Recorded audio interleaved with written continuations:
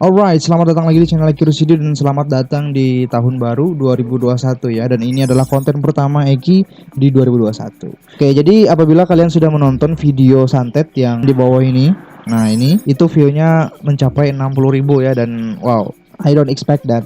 Jadi untuk membahas tentang santet persantetan, jadi aku hari ini juga akan membahas tentang santet ya. Apa saja 5 benda di Indonesia yang sering dipakai untuk melakukan sebuah santet. Dan itulah yang akan kita bahas. Oke, bagaimanakah ulasan lengkapnya? Pasang backsound seram dan kita akan membahasnya di Hero Story kali ini. Oke, berbicara tentang santet, aku akan menjelaskan terlebih dahulu apa itu santet. Jadi secara singkatnya, santet itu adalah sebuah praktek ilmu hitam yang digunakan untuk mencelakai seseorang dengan tujuan tertentu.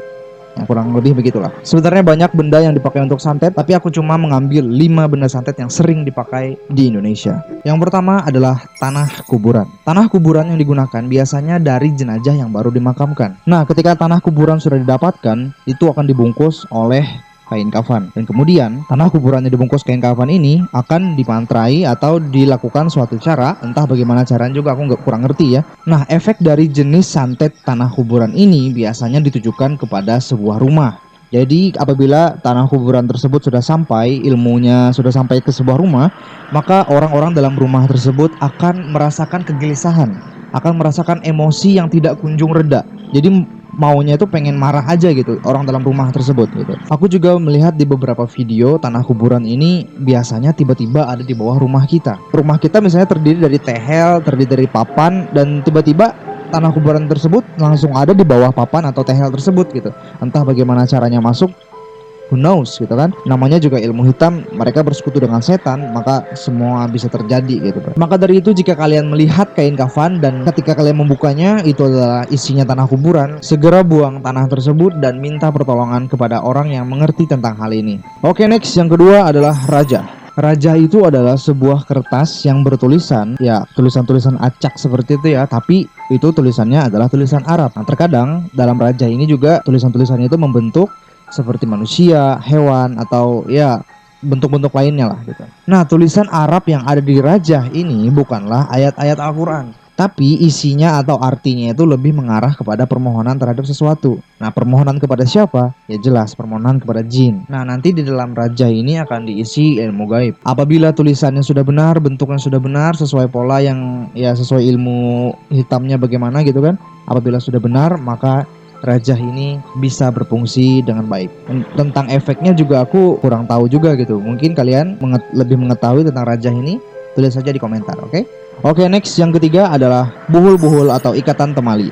Waktu kecil aku pernah diomongin sama teman aku, coba kamu ambil rambut cewek, satu rambut cewek, lalu kamu bawa pulang, lalu diikat di sesuatu, ya kan, kalian bakal paham lah apa sih itu sesuatunya, diikat di sesuatu, maka wanita tersebut akan tergila-gila dengan kalian. Nah, pada saat pertama aku mendengar waktu kecil dulu, aku merasa kok bisa gitu. Ternyata itulah yang namanya buhul atau ikatan temali. Nah, buhul ini adalah sebuah ikatan yang di dalam ikatannya itu terdapat perjanjian dengan jin. Entah permohonannya apa dengan jin, ya itu tergantung si pengguna, ya kan, pengguna santet ini. Ikatannya ini ukurannya tuh sangat kecil sekali, ya seperti ini ya kan, kalian bisa lihat gambarnya ya di bawah ini ya. Dan menurut sumber yang aku dapat pun, ikatan tali ini bisa terdiri dari rambut, benang, dan lain-lain. Nah, seperti yang aku jelaskan tadi, waktu aku masih kecil, kenapa harus mengambil rambut cewek itu, ya itu tadi, supaya itu bisa jadi ya sebagai media lah, kalau bahasa kasarnya itu kan, kita memiliki apa yang bagian dari tubuhnya gitu, Bro. Nah, tapi yang mengerikan dari jenis santet buhul ini adalah biasanya para pengguna santet ini meletakkan ikatan buhul itu jauh dari jangkauan manusia. Ada yang ditaruh di pondasi bangunan, biasanya ya pondasi bangunan seperti tembok seperti inilah ya kan. Ada juga yang diletakkan di dasar sumur, ada yang di atap rumah, dan parahnya juga ada yang dimasukin dalam botol terus botolnya dibuang ke laut atau ke sungai. Karena menurut cerita, kalau misalnya kita mau menghentikan santet itu, kita harus menemukan media yang dia pakai. Kalau misalnya dia pakai tanah kuburan harus kita buang. Nah, kenapa susah dibuang? Ya karena itu dia meletakkannya di tempat-tempat yang sulit gitu ya. Oke, next, yang keempat adalah boneka santet. Nah, jenis praktek santet yang satu ini sudah sering kita lihat. Biasanya ada di acara-acara televisi atau juga film-film. Biasanya para dukunnya menggunakan boneka santet. Nah, boneka santet ini biasanya dipakai untuk membuat malapetaka bagi targetnya dengan serangan fisik atau serangan mental. Syarat dari praktik ini sangat mudah gitu. Jadi kita sebagai pengguna harus menemukan sesuatu dari target kita. Misalnya contoh seperti rambut, contohnya seperti foto. Nah, setelah si pengguna mendapatkan itu, aku juga nggak tahu setelah itu diapain gitu. Boneka santetnya diapain, dibacain mantranya apa juga aku kurang tahu gitu. Jadi mungkin bagi kalian yang tahu tentang bagaimana lanjutan praktek ini, mantra apa yang dipakai, dan bagaimana lagi ritual-ritual selanjutnya, komen saja di bawah untuk memperluas pengetahuan kita terhadap santet. Oke, next yang kelima adalah binatang melata. Nah, praktek santet satu ini merupakan praktek yang paling menakutkan bagi aku ya. Binatang melata atau reptil seperti ular, kadal, komodo, ya pokoknya yang reptil-reptil lah, jenis reptil seperti itu bisa mengancam keselamatan manusia. Nah, berarti bahayanya 2 kali lipat. Kenapa 2 kali lipat? Yang pertama adalah bahaya dari santet itu sendiri, yang kedua adalah bahaya dari hewan yang dikirimnya. Itu kenapa aku bilang bahwa santet yang ini adalah santet yang paling mengerikan. Bisa kalian bayangkan tiba-tiba ada kalajengking atau apa ke rumah kalian, so it's creepy, right?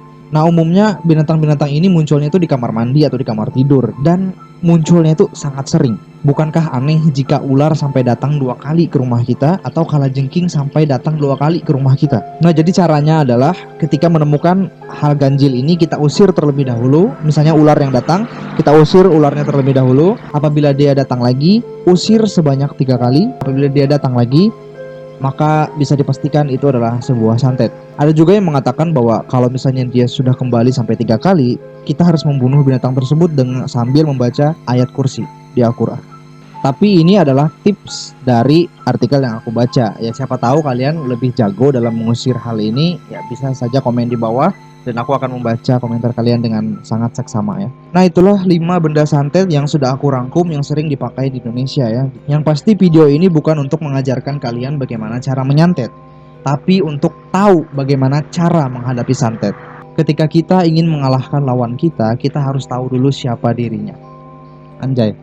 Semoga saja kita selalu dilindungi oleh Allah ya dari santet ini, terutama perempuan, karena perempuanlah yang banyak menjadi korban santet dari para laki-laki ya. Selalu berlindung dengan Allah ya. Bagaimana caranya berlindung dengan Allah? Sholat, ngaji, dan lain-lain ya. Menjauhi larangannya, melaksanakan perintahnya ya, seperti itulah bahasa simpelnya. Oke, itu saja yang bisa aku jelaskan. Terima kasih sudah menonton sampai sini. Jangan lupa subscribe, like, juga komen di bawah, dan dukung Eki mencapai 100.000 subscriber.